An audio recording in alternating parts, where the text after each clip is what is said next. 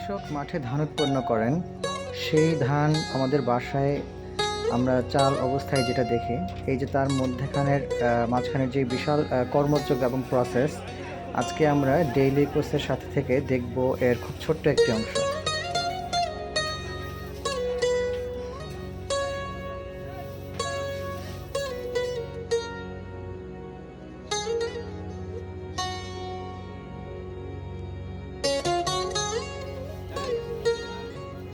ভিতরের এই অস্বাস্থ্যকর পরিবেশে কাজ চলে ঘন্টার পর ঘন্টা, তারপরে থেমে নেই ওদের কাজ।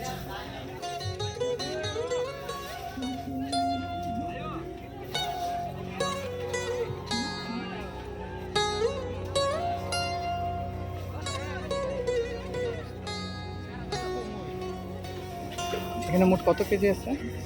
৭৭ কেজি, 76.5 প্রতি বস্তা। এখানে 76.5 বা 77 যেটাই বলছিল, সেই এক একটা দাঁড়িপাল্লায় এরকম করে মাপা হয়, অর্থাৎ এটা হচ্ছে 2 মনের এক একটা বস্তা, 2 মন করে এক একটা বস্তা রেডি করা হচ্ছে। এবং যাদেরকে দেখতে পাচ্ছেন যে এটা করার পরে ওরা আবার ট্রাক পর্যন্ত ক্যারি করবে, এক একজন কিন্তু 2 মনের বস্তায় মাথায় নিয়ে যাচ্ছে। আর যদি আপনাদের কাছে মনে হয় যে এখান থেকে আসলে ওরা কীরকম মজুরি পায়, সেটা আসলে খুবই নেগলিজিবল, বলার মতো না। এক একটা বস্তা থেকে 10 থেকে 11 টাকার মতন অ্যাভারেজে আসে।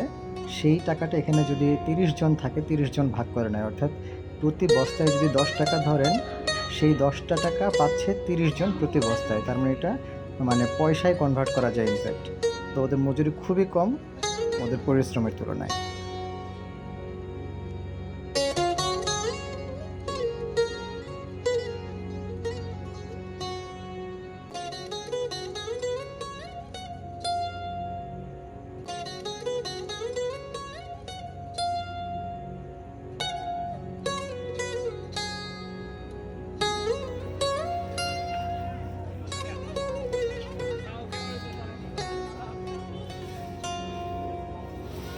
একবার 76.5 কেজি, 76.5 কেজির হিসাবটা কি আসলে? মন, 2 মন।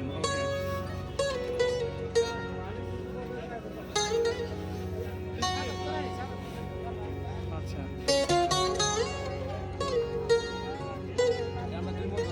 বুঝতে পারছি।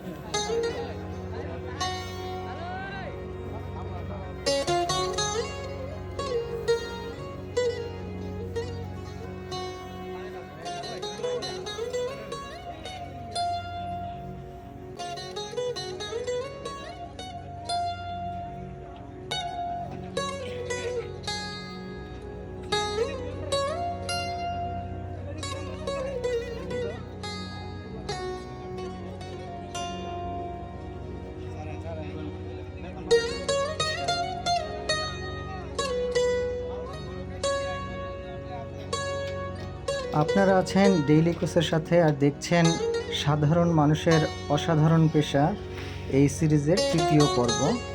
সামনে আরও কিছু পর্ব আসবে, আর এই সাধারণ মানুষরাই আসলে আমাদের দৈনন্দিন সব কিছুর সাথে আসলে কন্ট্রিবিউট করছে এবং আমাদের আমরা যে জীবনযাপন করছি তার পিছনে আসলে বিশাল অবদান রেখে চলছে।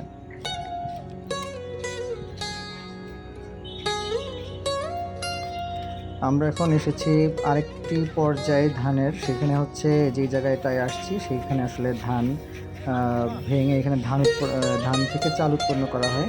সো এখানকার প্রসেসটাও আমরা দেখব।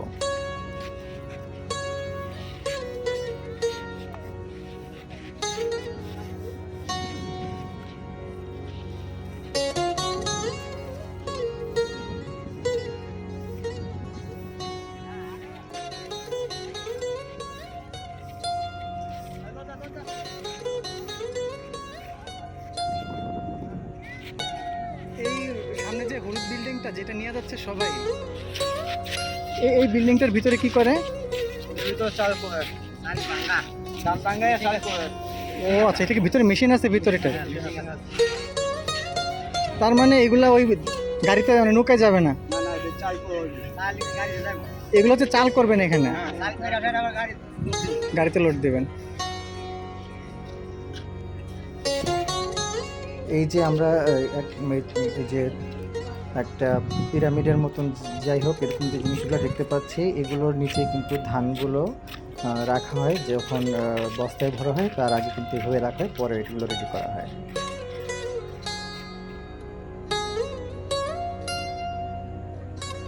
এই ধান ভাঙানো ঘরের মধ্যেই সব ধান এনে জড়ো করা হয় এবং এখানে মেশিন আছে, সেই মেশিনের মধ্যে কিন্তু ধানগুলো ভাঙানো হয়। ভাঙানোর পরে এগুলো চাল হিসেবে প্রস্তুত করা হয় এবং এই যে দেখছেন চাল, সেগুলোই ডিস্ট্রিবিউশনের জন্য প্রস্তুত, যা আমাদের দোকানে বা ঘরে আসবে।